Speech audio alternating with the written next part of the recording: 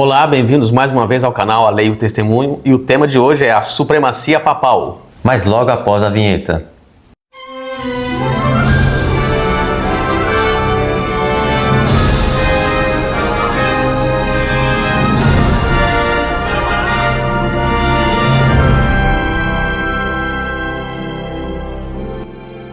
Então, o primeiro texto de hoje está em Daniel, no capítulo 7, o verso 24, que nos diz: E quanto aos 10 chifres, daquele mesmo reino se levantarão 10 reis.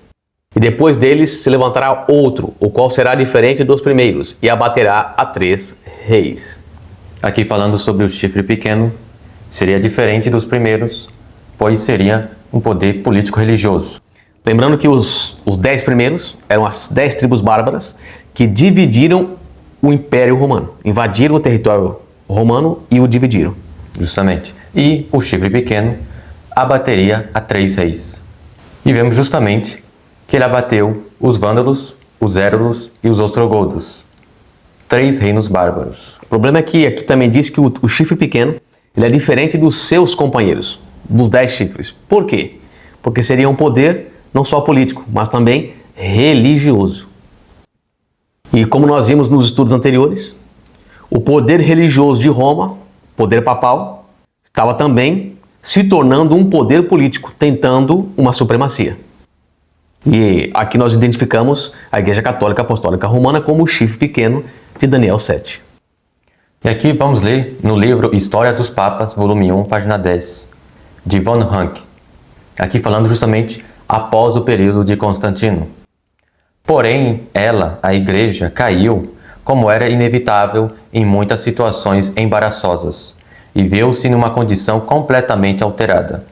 Um povo pagão se apoderou da Grã-Bretanha. Reis arianos tomaram a maior parte do resto do Ocidente, ao passo que os lombardos, por longo tempo, fiéis ao arianismo, estabeleceram, como seus vizinhos mais perigosos e hostis, poderosa soberania mesmo às portas de Roma. Enquanto isso, os bispos romanos, assediados por todos os lados, se esforçaram com toda a prudência e perseverança que continuaram sendo seus atributos peculiares para recuperar o domínio, ao menos em sua diocese patriarcal. Então vemos aqui que a Igreja Romana estava passando por um problema, que era justamente pelos reis arianos, que estava combatendo a doutrina católica. E agora Maquiavel, o livro A História de Florença, capítulo 3. Quase todas as guerras que os bárbaros do norte travaram na Itália, pode-se observar aqui, foram ocasionadas pelos pontífices, e as hordas com as quais o país foi inundado eram geralmente convocadas por eles. Então vemos aqui que as guerras contra os arianos foram motivadas pelos pontífices, ou seja, como dizia a profecia, o chifre pequeno abateria a 3 reis. Ele provocaria as guerras. Agora falando sobre os érulos, foi o primeiro reino ariano que o bispo de Roma conseguiu conquistar. No mesmo livro de Maquiavel, História de Florença, nos diz: Enquanto isso, Zenão, imperador do Oriente e amigo do Papa, ansiava por expulsar Odoacro da Itália, movimento que ele logo teve a satisfação de ver realizado sem dificuldade para si. Teodorico assumiu o trono do reino ostrogodo da Mésia e Panônia. Como era amigo do imperador, Zenão lhe deu permissão para marchar contra Odoacro e apoderar-se da Itália. De acordo com isso, depois de 5 anos de guerra, ficou destruído o reino érulo da Itália. Odoacro foi morto traiçoeiramente, e Teodorico estabeleceu seus ostrogodos na Península Itálica.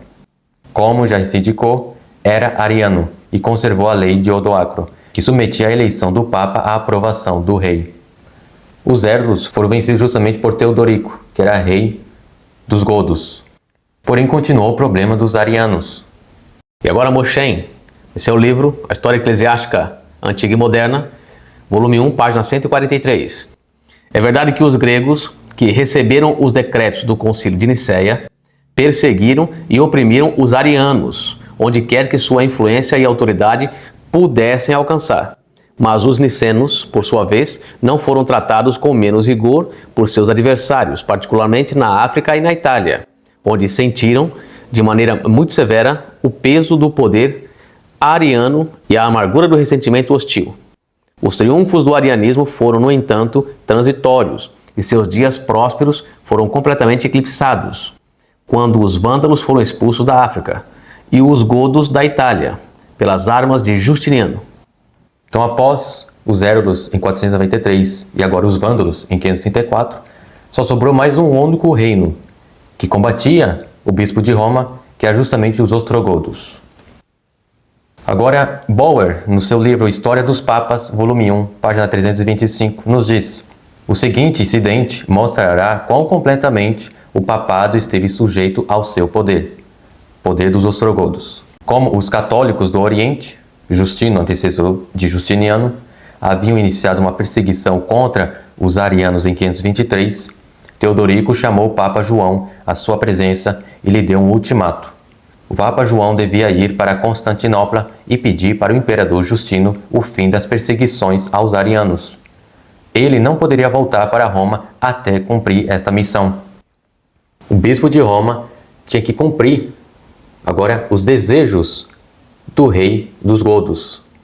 Ele não tinha mais aquela supremacia que estava se desenvolvendo. E o que aconteceu depois disto? Depois da conquista do reino vândalo, Justiniano ordenou que Belisário conquistasse Roma. Em 535, Belisário conquistou a Sicília e avançou para o sul da Itália e conquistou Nápoles. No final de 536, Belisário entrou em Roma e expulsou os godos. Em 537, Belisário depôs o Papa Silvério, colocado pelo rei ostrogodo Teodato, colocando vigílio no lugar. Em 537 e 538, os godos cercaram Roma, mas foram vencidos pelo exército de Belisário. Então aqui, o Império Ostrogodo foi abatido em Roma. Então a partir de 538, não havia mais oponente contra o bispo de Roma. E agora começa-se a fase onde a história chama de a supremacia papal, onde não havia mais obstáculo para a Igreja Romana. E agora ela tem o completo domínio, tanto da Igreja quanto do Estado. Agora em Código de Justiniano, livro 1, título 1. O seguinte é o texto da carta do imperador Justiniano a João, bispo de Roma. Portanto, nós nos esforçamos para unir todos os padres do Oriente e submetê-los à sé de vossa santidade. E, portanto, as questões que surgiram atualmente, embora sejam manifestas e livres de dúvidas, e de acordo com a doutrina de sua sé apostólica, sejam constantemente observadas e pregadas por todos os padres. Nós ainda consideramos necessário que elas sejam levadas à atenção de vossa santidade, pois não permitimos que nada que tenha referência ao estado da Igreja, mesmo que o que causa a dificuldade possa ser claro e livre de dúvidas, seja discutido sem ser levado ao conhecimento de vossa santidade, porque você é o chefe de todas as santas igrejas, pois nós nos esforçaremos de todas as maneiras, como já foi declarado, para aumentar a honra e a autoridade de sua sé. Então o Código de Justiniano nos deixa claro aqui a decisão de que a Igreja Romana possuía a supremacia, tanto do Estado quanto da Igreja. Agora no livro de Daubigny, História da Reforma, página 28, nos diz, fazendo um resumo sobre esse período dos reinos bárbaros e do poder papal. Porém, já haviam saído das selvas do norte os enérgicos promotores do poder papal. Os bárbaros que tinham invadido o ocidente e estabelecido nele seu domicílio, depois de se terem fartado de sangue e de rapina, deviam depor sua feroz espada ante o poder intelectual que encontraram. Novíssimos na cristandade, desconhecendo a essência espiritual da Igreja, tendo na religião necessidade de um aparato exterior, prostraram-se, meio selvagens e meio pagãos, ante o grande sacerdote de Roma. Com eles também caiu-lhe aos pés o Ocidente. Primeiro os vândalos, logo os ostrogodos, depois os burgunhões e os alanos, mais tarde os visigodos e finalmente os lombardos e os anglo-saxônios. Todos vieram dobrar os joelhos ante o pontífice romano. Foram os robustos ombros dos filhos do norte, idólatra, que acabaram de colocar sobre o trono supremo da cristandade um dos pastores das margens do Tibre. Então os reinos bárbaros depuseram os seus reinos para o bispo de Roma. A partir de 538, o bispo de Roma conseguiu a supremacia tanto na igreja quanto no Estado. Então, o que nós acabamos de observar no estudo é que o homem do pecado, o filho da perdição, o anticristo, que o Novo Testamento assim o denomina, era reconhecido por Daniel, no capítulo 7, deu chifre pequeno, e ele dá a sua origem, de onde deveria de sair, quando deveria de sair, sairia de Roma, quando? Até alcançar a supremacia, a abater os 3 reis. E em Apocalipse 13, é conhecido como a 7ª cabeça da besta, ou seja, de Roma. Então, o que se entende é que Roma depõe as vestes imperiais e agora traz as vestes sacerdotais. O Império Romano se disfarça de igreja e se disfarça da Igreja Católica Apostólica Romana. Esse é o estudo. Que Deus nos abençoe e até o próximo. Amém. Amém.